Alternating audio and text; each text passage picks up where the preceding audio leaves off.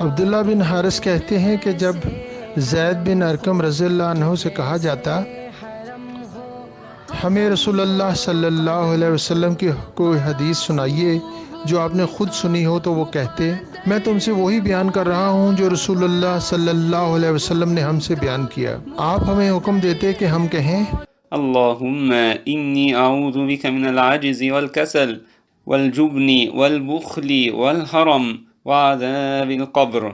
अल्लाहुम्मा आति नफ्सी तक़वाहा व ज़क्किहा अंत ख़ैरु मन ज़क्काहा अंत वलियुहा व मौलाहा। अल्लाहुम्मा इन्नी अऊज़ु बिका मिन इल्मिन ला यनफ़अ व मिन क़ल्बिन ला यख़शअ व मिन नफ़्सिन ला तशबअ व मिन दावतिन ला युस्तजाबु लहा।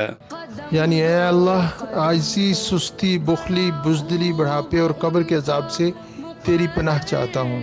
ऐ अल्लाह, तू मेरे नफ्स को तक़वा अता कर, इसे पाक कर दे। तू ही सबसे बेहतर पाक करने वाला है, तू इसका सरपरस्त और मौला है। ऐ अल्लाह, मैं ऐसे नफ्स से तेरी पनाह मांगता हूँ जो सैर ना हो, ऐसे दिल से जिसमें खौफ इलाही ना हो, ऐसे इल्म से जो मुफीद और नफ़ा बख्श ना हो, और ऐसी दुआ से जो कबूल ना हो।